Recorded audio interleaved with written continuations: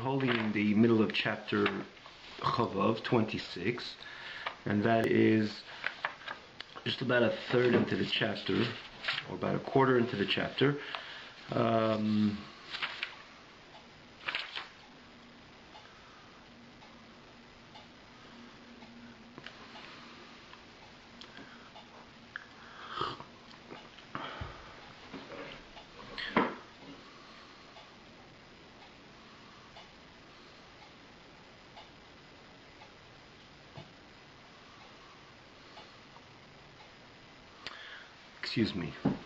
We're holding in the second half of this very chapter.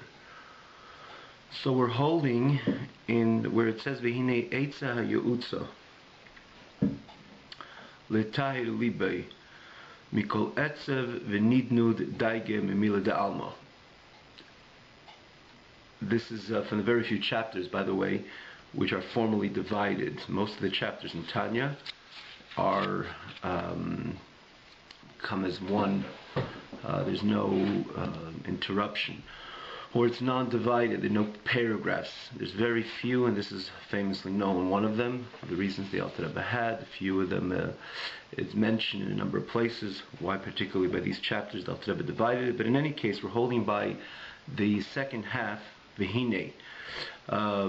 Just to note again, find this class and the previous classes on koshertube.com with the text on tanyaonline.com, which sometimes it's easy to follow. So we're going to start over here. The Alter Rebbe dealt with last week, where the Alter Rebbe mentions the importance, the essentiality of one serving HaKadosh Baruch Hu mitoch simcha, precisely through joy, not as an additional layer in his avodah, in his service, additional flavor, but this has to be part and parcel of his service to God, just for the reason that is virtually crucial for him, or essential for him, a necessity. It's a necessity. It's virtually a necessity to serve HaKadosh Baruch Hu with joy and gladness of heart, and precisely an upbeat spirit, just in order to be able to win over the Yetzer Hara.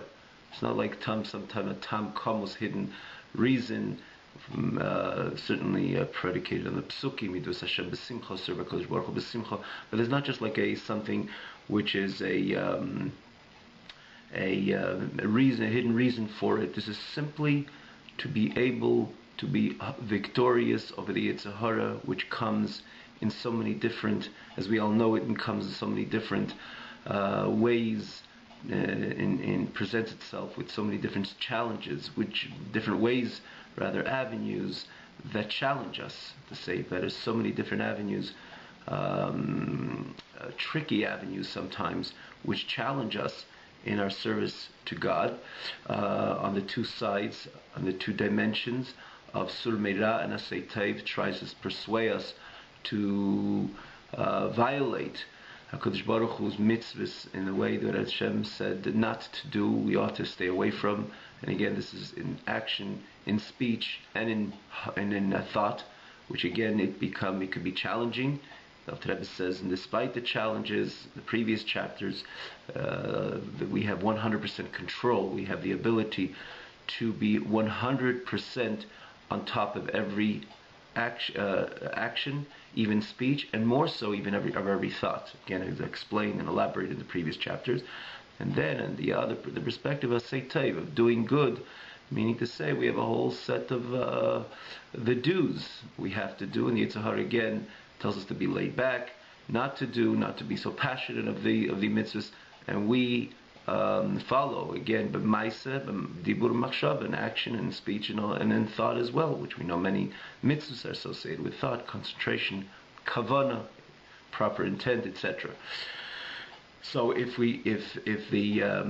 in order to be victorious over the Yetzer Hara, in other words, in order to be triumph in our battle and be successful in our overall mandate in making this world an abode for HaKadosh Baruch Hu, a home for HaKadosh Baruch Hu, via the Torah and mitzvahs, one must, it's a necessity, it's necessary for the person to be successful, to be stand with joy and elation, and precisely an upbeat spirit. That was again the previous, basically encapsulating the previous class.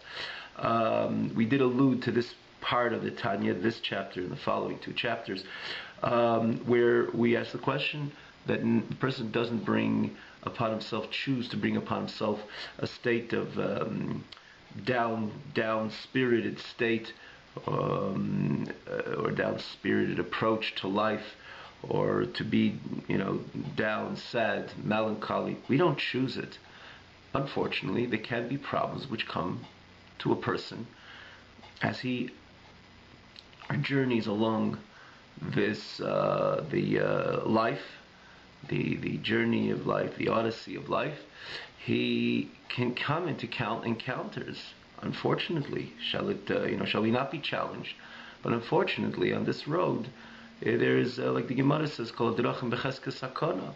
Even in the context of man's journey in life, man is vulnerable to, or can. Again, we would like to talk about this hypothetically, and we ask Hashem that everything, all His blessings, should shower upon every yid, every person, in order to be able to with ease appreciate God's blessings and continue with enormous vigor, animated vigor, to implement His mandate, His shlichut in this very world. But theoretically, it can be different. The person can be challenged with physical challenges, and then a whole set of spiritual challenges. A kosher yid which stands focused and understands what his mandate, his mission, he could be tremendously challenged. Firstly, he could be tremendously pained, rather, to the extent that his spirit could be affected when he's challenged even with spiritual challenges. May it be the actual challenges themselves, or once a person realizes if chas v'shalom he violated, how painful it can be. The notion, especially we know what is sin, what stands behind a sin. So these are so the Alter Rebbe, and the Alter Rebbe is not oblivious of this. Alter Rebbe is not oblivious, indifferent to these problems which one can chas v'shalom, God forbid, have, again, maybe physically or spiritually, which could bring his spirit down. So what do you? So the question is, or Alter Rebbe feels that he has to identify with these problems in order to deal with them, and to suggest what we do in order that we should be able to stay. We should be able to stay in a state of simcha, v'tuv levav, joy, gladness of heart. Again, as we mentioned, how crucial it is and how essential it is, how much it's a simple, elemental necessity in our avodas Hashem, simply to overcome the Yetzer Hara, simply to triumph in our milchama, or triumph in it is a war. Many times we even see how this challenge could manifest in simply war, battle between the Yid and his Yetzer Hara, the Yetzer Tov and the Yetzer Hara. In order, as we mentioned, this is not just another dimension of avodas Hashem. This is crucial. This is essential. So we don't formally bring it upon ourselves, but how do we deal with it? What is the suggestion how to overcome or deal with these different problems which can bring us down? And can bring, sometimes it could bring us way down, God forbid, naturally, to a state of real melancholy and real deep down spirit. It can. So what is the suggestion to this? So here the Alter Rebbe, perhaps this is one of the reasons, the messages in the beginning of Chavav. The second part, again, this is divided. Now I want to tell you some suggestions how to deal with it, how to deal with these issues. That's why this part brings in Eitza HaYeutza. Alter Rebbe is not just relegating it, deal with it. No, I'm going to give you a suggestion, the suggestible suggestion. That's what literally translated. So this is how he begins. The suggestion, L'tayir libi mikol etzev nidnod daigo b'mila dalma, to purify. It means clean his heart. His heart should remain pure and clean and devoid of any sadness or of any worry, preoccupation. Alter Rebbe first tackles the physical problems which can express themselves challenging our material lives and necessities, which usually we want to encapsulate what life consists of. The essential dimensions to life is bana, as we know famously said, bana chayo mezena, which is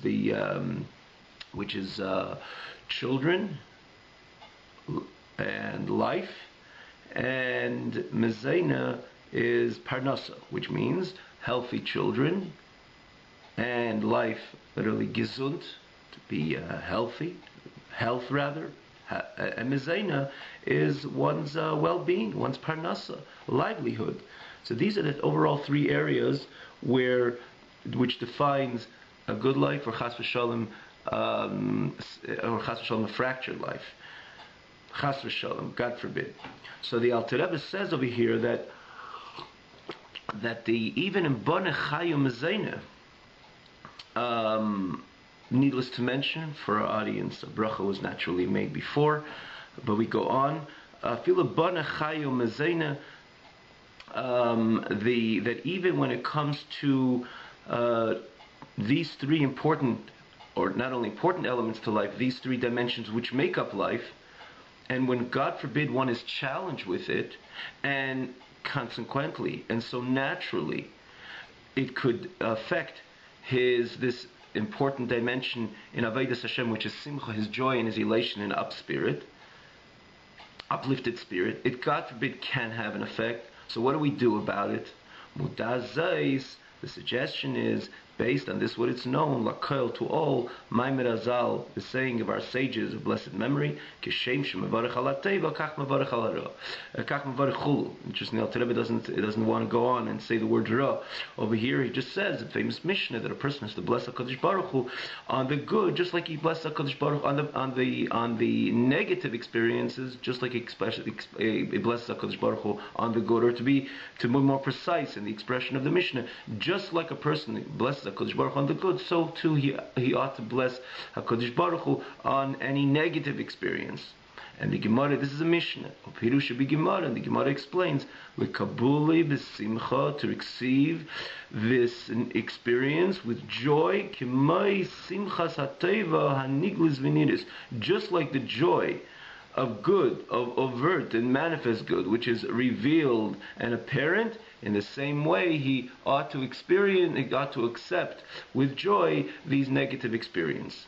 Naturally, easier said than done, but the Alter Rebbe adds, Ki gam zula teva, because this is also for the good, and not only is it also for the good, the Alter Rebbe is going to tell us that in essence, what defines good, by the definition of good, is that it's truly, essentially good. For example, someone runs to a train, and to him good is if he catches the train. And God forbid if the train is in an accident, again, God forbid, this expression of good, or this feeling that this experience was defined as good, is completely reversed.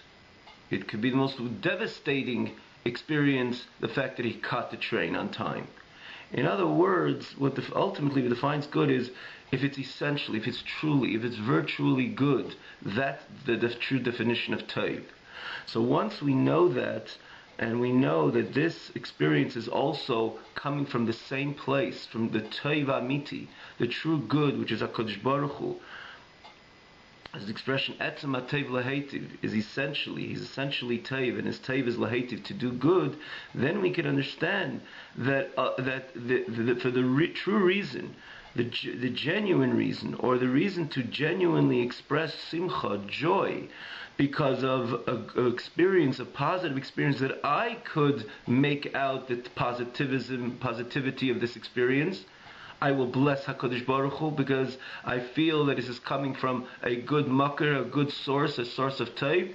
Once I know that it's about absolute goodness, in other words, not a relative or a conditional goodness, a circumstantial goodness, this is essentially a true absolute goodness, and therefore when I experience something negative, if I know it's coming from the same source, I have to conceptually and try to make that real. In other words, this notion which we just mentioned, Higam Zula Teva, resonates with me, that I am able to accept and deal with the negative experience with the same genuine joy, like I accept, like I praise HaKadosh Baruch Hu, like I bless HaKadosh Baruch Hu, when the good is apparent to me and revealed and overt, good the way it comes, the way I see the good, in the same exact fashion. Just to pause perhaps and just see interesting this expression Gamzu L'Teva. We know it. It's the same famous saying in the Gemara that there was an individual which was called Nachum Ish Gamzu. They used to call him Nachum Ish Gamzu because in everything he used to say Gamzu L'Teva.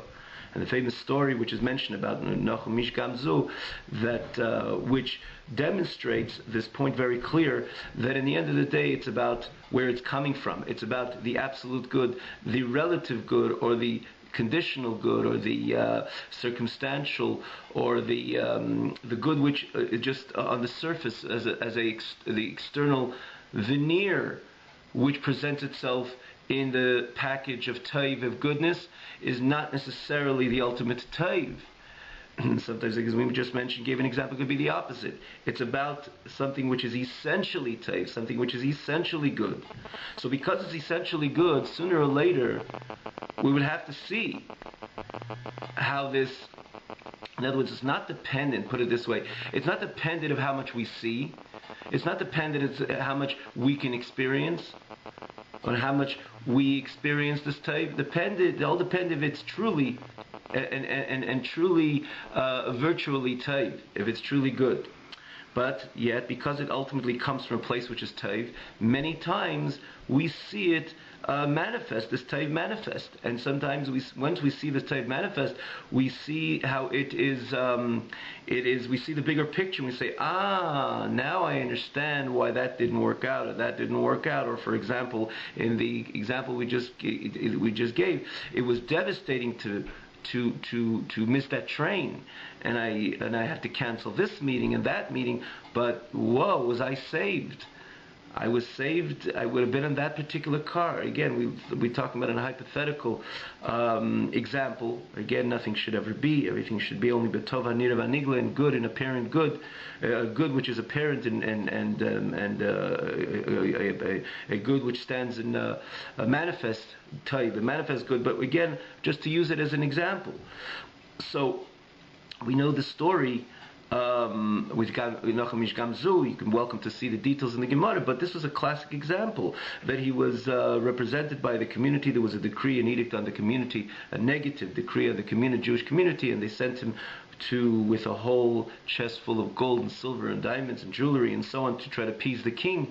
And he went and he stopped up in the inn, and thieves came and stole it from him, and for him not to realize, they filled it up with earth, and he went on so innocently on his way. When he came to the king, before he knew it, he was grabbed and put into, he was incarcerated. Needless to mention, they opened it up and they felt he's mocking, the Jewish community is mocking the monarch and the kingdom, the Malchus, the authority of starting with the Melech himself, with the king himself. In any case, and before even he realized, he was just taken away. Before he realized what happened, he was taken away, and after a short while, he was taken out of prison and thanked and honored and sent back. As the story goes, the king immediately annulled that decree and sent him back with honor and glory, and sent him with, I believe, with additional presents and so on and so forth. And what transpired, what happened was that there was an individual, one of the ministers of the king, suggested to the king that it doesn't make sense that these innocent Jews, or these genuinely innocent Jews, should just send you a chest full of earth. There's something to it. And what happened? And when he went on explaining, he says their ancestor Avraham Avinu, when he fought his wars, he used special earth in order to conquer the enemy, because the earth turned into arrows, and that's the way Avraham Avinu wanted. And it happened to be, as the Gemara said, this king was fighting a few wars at the time, and he used that earth, and that's exactly the way it was. The earth became arrows, and he won his wars. And he continued to win his wars, and he saw of this enormous gift, or rather, he was able to value and appreciate this enormous gift, which was said by the Jewish community, so to speak, right? Via Rav Nachum Ish Gamzu. So this is one of the. So eventually, was it L'Teva? Sure, it was L'Teva. Gamzu L'Teva. And again, there's many incidents which Nachum Ish Gamzu used to. He was called Ish Gamzu because in every incident he said Gamzu L'Teva. It was also for the good. I don't see the good. What's the connection if I see the good or not? If it's taiv, it's taiv. If it's good, it's good. If it's essentially good, essentially good. So I didn't see it now, I'll see it in 5 minutes. Or now if I didn't see it in 5 minutes, I'll see it in 5 hours. And if it takes 5 years to see it, it doesn't change the reality, how much it'll take to unfold till I see the good. It doesn't change the reality, what it truly is, what its definition is. And that was the approach Nachum Ish Gamzu took in every avenue, in every area in life. He always used to say Gamzu L'Teva. In this case, the Gemara shows us that eventually it unfolded. And interesting, as the commentators explain this Gemara, there wasn't that he was also, in other words, if you bring the jewelry, he would also be, the king would appease the community, be appeased in order to annul the decree. And the HaKadosh Baruch Hu orchestrated it. Not it wasn't jewelry, it was another type of gift. The Gemara explains over here that who knows if through the jewelry, or the commentators explain, who knows if the jewelry, believes the Gemara itself indicates this, even who knows if the jewelry would appease the king. The king needs a few little pieces of jewelry, or many pieces of jewelry from a Jewish community. A king is full of storage. There's treasures and treasures of gold and silver. Who knows if this would touch him? Obviously, he would appreciate to some degree that they're trying to make an effort to appease him, but who knows if he would drop the decree based on a few, with a chest of gold and silver for a king which is has so much of gold and silver. It was precisely because they took it from him that night, when he stayed over again, when he slept over in the inn that night, is because they took it from him, because the devastating incident on the surface, it seemed devastating because of that, and because they put earth, and certainly HaKadosh Baruch Hu intervened, and he truly allowed this earth to be that special weapon which brought victory to the king, but it is only because of that the king annulled the decree. Not necessarily, if things would have gone regular, would the king annul the decree. So this is the expression here, like Gamzu L'Teva. And when we understand it and we try to bring this information, absorb this information, penetrate and contemplate and meditate on this information enough, we can appreciate in other words, we'll be able to actualize, we'll be able to live this Mishnah. It's certainly easier said than practiced, but it's about meditating on this notion, which gives us the ability to experience, that gives us the ability to have this birchas hatev, in other words, bless God on anything, any experience, truly, authentically, and genuinely, if we understand and if we put things in perspective. Comes the Alter Rebbe now and says even more than that. The Gamzu L'Teva, or the emphasis of the Alter Rebbe, is that not only it's coming basically from the same place, this is coming from such a teiv. This is teiv, rather, this is essentially good, and that's essentially good. So they're coming from the same place, and therefore appreciate it, accept it, and rejoice with it in the same exact fashion. So the Rebbe emphasizes over here, it's much more than that. That the good which comes from, the good which is rather apparent good, comes from a lower level, an inferior level, from inferior level of, let's try to use, I don't want to say, to stick to the words, it comes from an inferior level than the good which does not express itself overtly. It's a covert good. A good which is not apparent comes from a deeper level within God than the good which is nigla, which is apparent and which is overt good. experiences a overt a positive experience.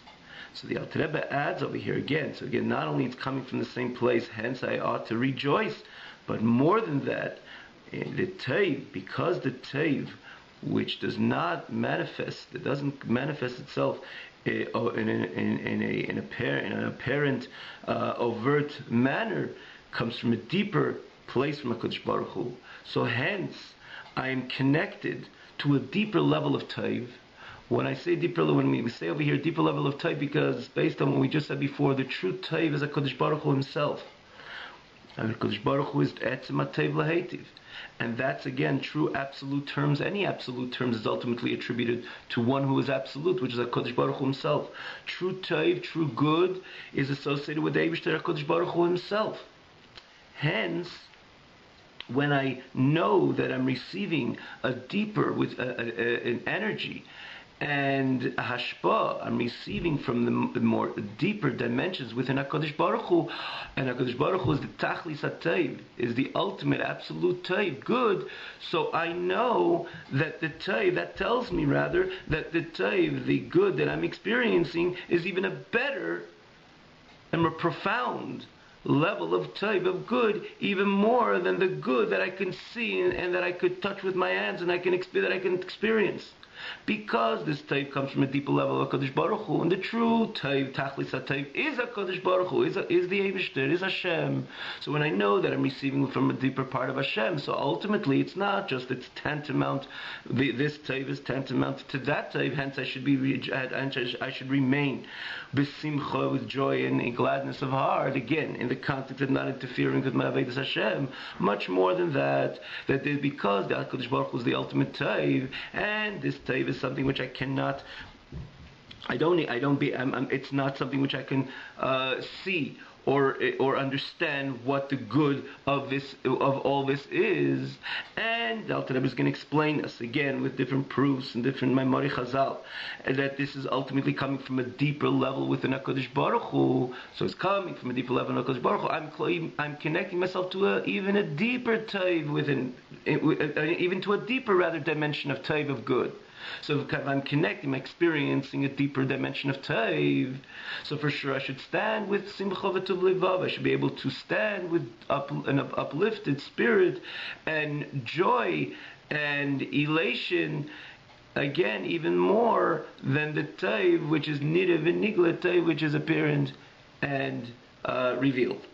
And it's similar to, let's try to understand that if someone defines Teiv good in the context of, let's say, from the monetary perspective. So if I'm happy when someone gives me $1 million and someone gives me $1 billion, for sure I'm going to be even more of a sameach. Because this is when good is defined by in monetary value. Similarly, because I know that the Tachlis HaTeiv, the ultimate good, is HaKadosh Baruch Hu.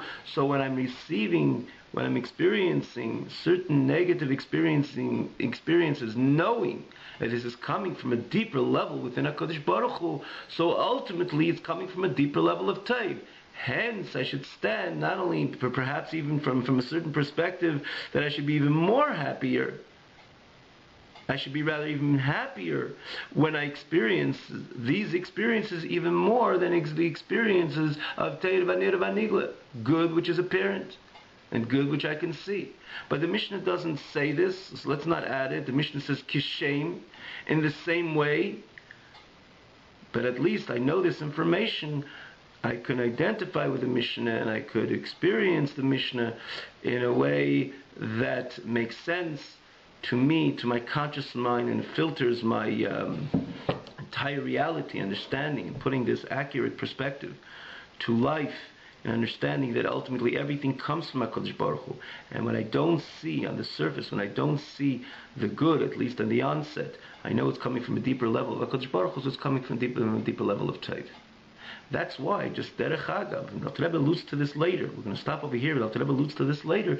That's why that you see sometimes when a person on the onset experiences negative experiences, then the Teiv, when it unfolds, when the bigger picture unfolds, it is something which is which is it rushes through with such intensity. In other words, many times it comes this very good or good the way it comes from a deep level within HaKadosh Baruch Hu, jumps, in other words, goes ahead and rushes down to the to Eilam Hazeh, to our within our experience. In other words, that good itself comes in a way of Teiv Hanira Vanigla, in good and Abi, in apparent and obvious good. We see the blessing is not just a bit more, but way greater, way deeper, way much more, way more profound, and the way it touches us much more than when things were on the onset normal and regular. And the reason for this is because it's coming from a deeper level of the Kodesh Baruch Hu. So many times it comes from a deeper level of the Kodesh Baruch Hu, like the Alter Rebbe is going to explain it. We don't see the good, but sometimes, like in this very story of Nachum Ish Gamzu, it was precisely because that incident happened, which on the surface was devastating. Then, when it ultimately unfolded, and it came down B'Teiv Hanira V'Anigla in a good and apparent manner, it was enormous that this special earth was used by Avraham Avinu. Then hundreds of years and so many hundreds of generations later, the same earth came up to the surface, which this king again was not recorded since in between any other time when this ever occurred. Avraham Avinu had the special earth, and precisely this king had the special earth, and that's why he was able to found within himself the reason to appease this community and annul the decree. So the blessing came in a very tremendous, stupendous manner, because ultimately it's coming from a deeper level of Kodesh Baruch Hu. So usually when it comes to a deeper level of Kodesh Baruch Hu, we cannot see the good. But sometimes, and the Alter Rebbe is going to, again, based on the Gemara, that those who understood and those who appreciated this thought and understood that this is ultimately coming from the inner dimension, deepest dimension within HaKadosh Baruch Hu, later that HaKadosh Baruch Hu took that and brought it into full, complete manifestation and revelation. And that's why, because it was within a deeper part of within HaKadosh Baruch Hu, therefore it was kind of an explosion of good. And I just conclude this class here. Shall HaKadosh Baruch Hu help that the Jewish people have an overall experienced much of this deeper dimension within HaKadosh Baruch Hu. And Jewish people always understood or accepted if they were adequately joyous or not, if they put it in the accurate perspective. Many of the Jewish people over the history of a 3,300-year history did so and lived their life in this way. And we ask HaKadosh Baruch Hu that all this stored good, which comes from a deeper part of HaKadosh Baruch Hu, which is hidden, and again it's part of the hiddenness, iskasia, like he's going to explain, within HaKadosh Baruch Hu, which is HaKadosh Baruch Hu's Yeshiv B'Seiser Elyon. On the contrary, the deeper dimensions of HaKadosh Baruch Hu are hidden, concealed, but that concealment with that enormous energy of HaKadosh Baruch Hu, B'Chvei Devatzme, the way the Eibishter is for himself, by himself, we ask HaKadosh Baruch Hu that it should come into full expression and into full state of manifestation, and we should truly be able to see the explosion of good, and in the most miraculous manner possible, individually and collectively and naturally. This is in other words, with the ultimate redemption, which is a revolutionary good, which will ultimately be expressed and manifest in this very physical world. Have a wonderful Shabbos.